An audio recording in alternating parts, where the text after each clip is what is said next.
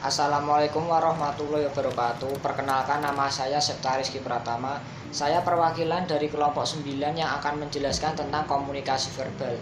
Sebelumnya saya akan menjelaskan dan memperkenalkan nama-nama kelompok saya. Yang pertama, Ahmad Sahal Pamungkas G3112004. Yang kedua, Ahmad Karis Fahrudin G311200016. Yang ketiga, Fairuz Alvina Fisah G311200029. Yang keempat, Septa Rizky Pratama G311200045. Yang kelima, Muhammad Anja Afam G311200049.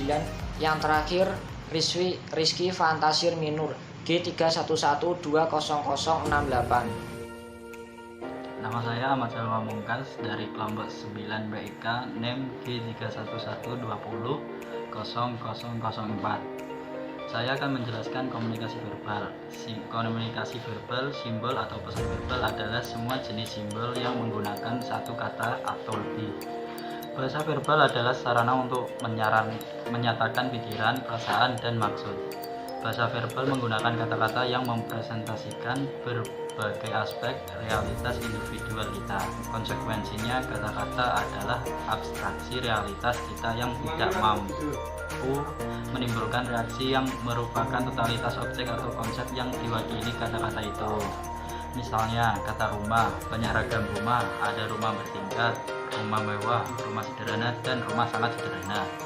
Ketika Anda berkomunikasi dengan seseorang dari budaya Anda sendiri, proses abstraksi untuk mempresentasikan pengalaman Anda jauh lebih mudah. Karena dalam suatu budaya orang berbagi sejumlah pengalaman serupa, namun bila komunikasi. Asal-usul bahasa. Hingga kini belum ada teori yang diterima luas mengenai bagaimana bahasa itu muncul di permukaan bumi. Teoritikus kontemporer mengatakan bahwa bahasa adalah ekstensi perilaku sosial. Konon makhluk-makhluk yang mirip manusia, hominid, menggunakan alat pemotong dan batu ini untuk berkomunikasi secara naluriah. Dengan bertukar tanda alamiah berupa suara, postur, dan gerakan tubuh, sedikit lebih maju dari komunikasi hewan primata masa kini. Dulu ketika nenek moyang kita yang disebut Cro-Magnon belum mampu berbahasa verbal, mereka berkomunikasi lewat gambar-gambar yang mereka buat pada tulang, tanduk, cadas, dan dinding gua yang banyak ditemukan di Spanyol dan Perancis Selatan antara 40.000 dan 35.000 tahun lalu. Cro-Magnon mulai menggunakan bahasa lisan. Sekitar 5.000 tahun lalu, manusia melakukan transisi komunikasi dengan memasuki era tulisan. Sementara bahasa lisan pun terus berkembang, penyebaran sistem tulisan akhirnya sampai juga ke Yunani. Bangsa Yunani lah yang kemudian menyempurnakan dan menyederhanakan sistem tulisan ini. Sistem tulisan dan bahasa lisan itu terus berkembang hingga kini. Terima kasih. Assalamualaikum warahmatullahi wabarakatuh. Saya Ahmad Karis Fahrudin dari kelompok 9 akan menjelaskan tentang fungsi bahasa dalam kehidupan manusia. Fungsi bahasa yang mendasarkan adalah untuk menamai atau menjuluki orang, objek, dan peristiwa. Setiap orang yang punya nama untuk identifikasi sosial. Penamanan adalah dimensi pertama bahasa dan basis bahasa, dan awal itu dilakukan manusia sesuai mereka yang lalu menjadi konvensi.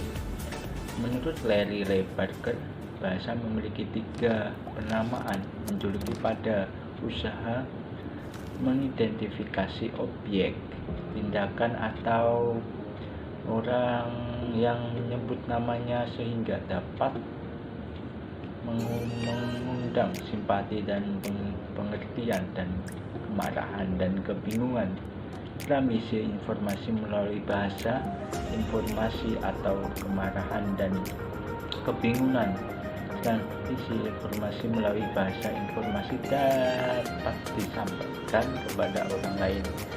Bahasa dapat menghubungkan masa lalu, masa kini, dan masa depan. Besok Beliau mengemukakan agar komunikasi berhasil, setidaknya bahasa harus memenuhi 3 fungsi, yaitu untuk mengenal dunia sekitar, berhubungan dengan orang lain, dan untuk menciptakan koherensi dalam kehidupan kita. Keterbatasan bahasa. Keterbatasan jumlah kata yang bersedia untuk mewakili objek. Kata-kata pada dasarnya bersifat parsial, tidak melukiskan suatu secara ekskal. Oleh karena itu, kita sulit menamai suatu objek, kualitas seorang, atau sesuatu yang ingin kita ungkapkan sebenarnya tidak sederhana itu. Baik orang, benda, atau peristiwa sebenarnya sulit untuk kita kategorikan sebagai baik atau buruk. Seorang, benda, atau peristiwa sebenarnya sulit kita kategorikan sebagai baik atau buruk. Kesulitan menggunakan kata yang tepat juga dialami ketika ingin mengungkapkan perasaan. Pesan verbal biasanya lebih lazim kita gunakan untuk menerangkan sesuatu yang bersifat faktual, deskriptif, atau rasional. Kata-kata yang bersifat ambigu atau kontekstual. Kata-kata bersifat ambigu karena kata-kata mempresentasikan persepsi dan interpretasi orang yang menganut latar belakang sosial budaya yang berbeda-beda.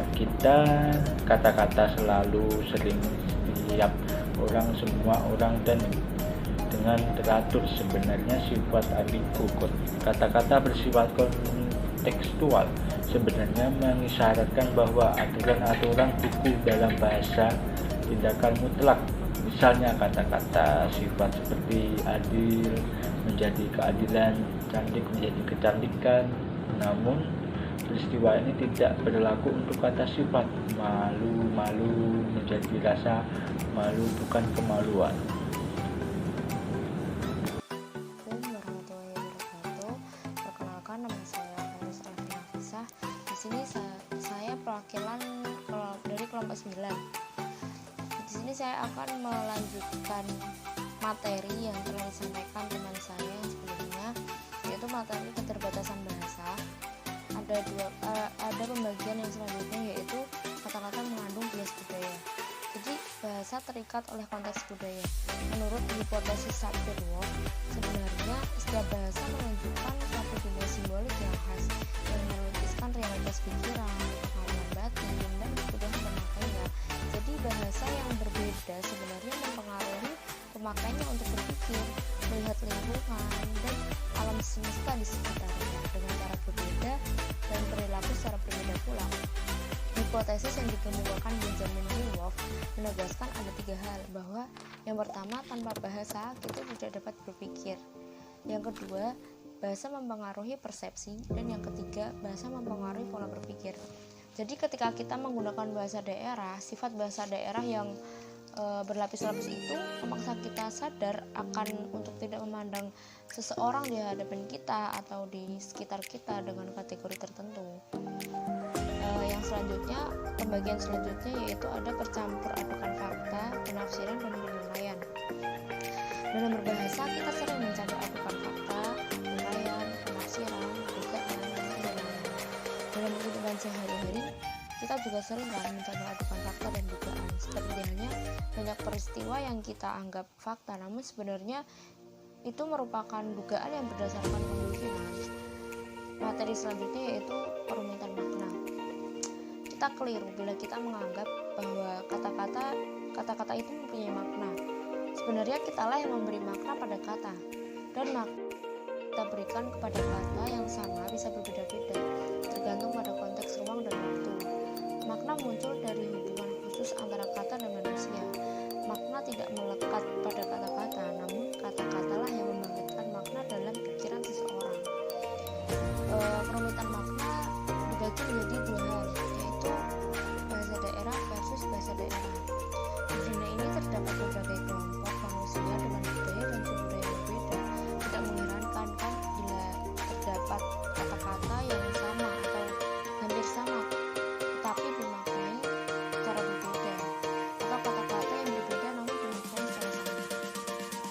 bagian yang kedua yaitu bahasa daerah versus bahasa Indonesia. Sejumlah kata dari bahasa Indonesia atau bahasa daerah juga digunakan dalam bahasa Indonesia. Atau sebaliknya, kata-kata Indonesia terdengar seperti diselipkan dalam bahasa daerah, namun artinya sangat jauh berbeda.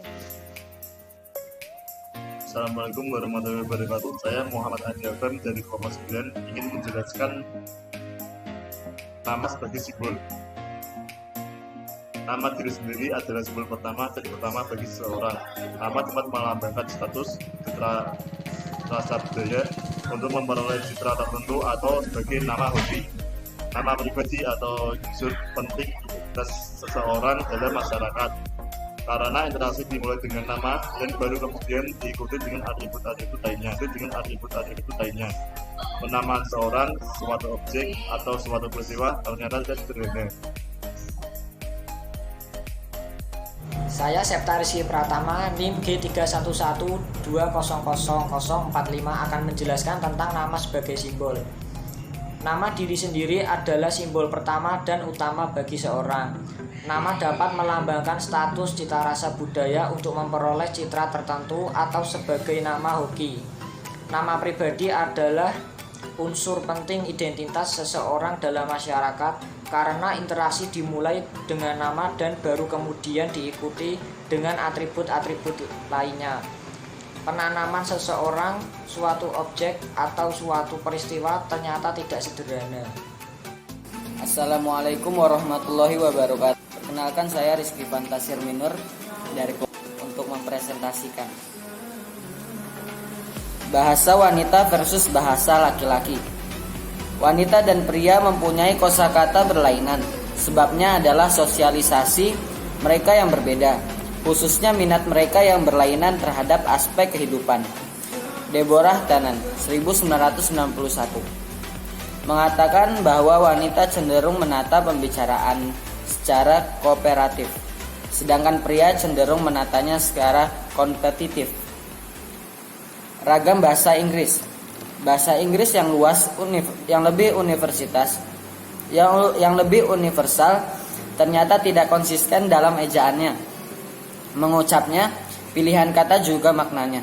Bahasa Inggris berkembang menjadi beberapa ragam, antara lain bahasa Inggris, British English, Inggris Amerika, Inggris Australia, Inggris Filipina, dan Inggris Singapura.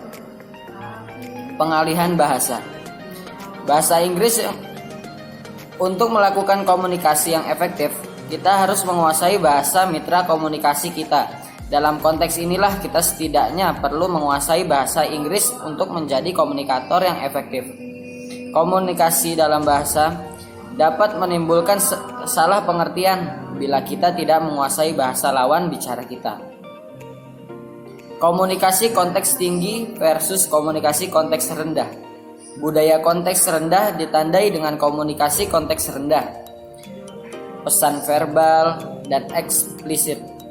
Gaya bicara langsung, lugas, terus terang. Contoh, komunikasi program komputer.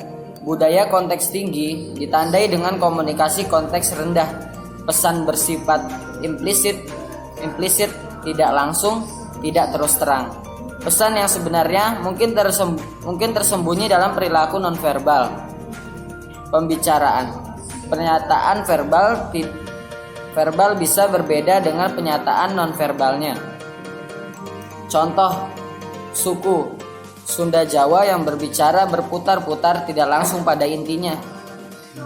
Orang Indonesia cenderung berbicara tidak langsung atau menggunakan komunikasi konteks tinggi demi untuk menjadi harmoni. Sekian dari saya. Wassalamualaikum warahmatullahi wabarakatuh.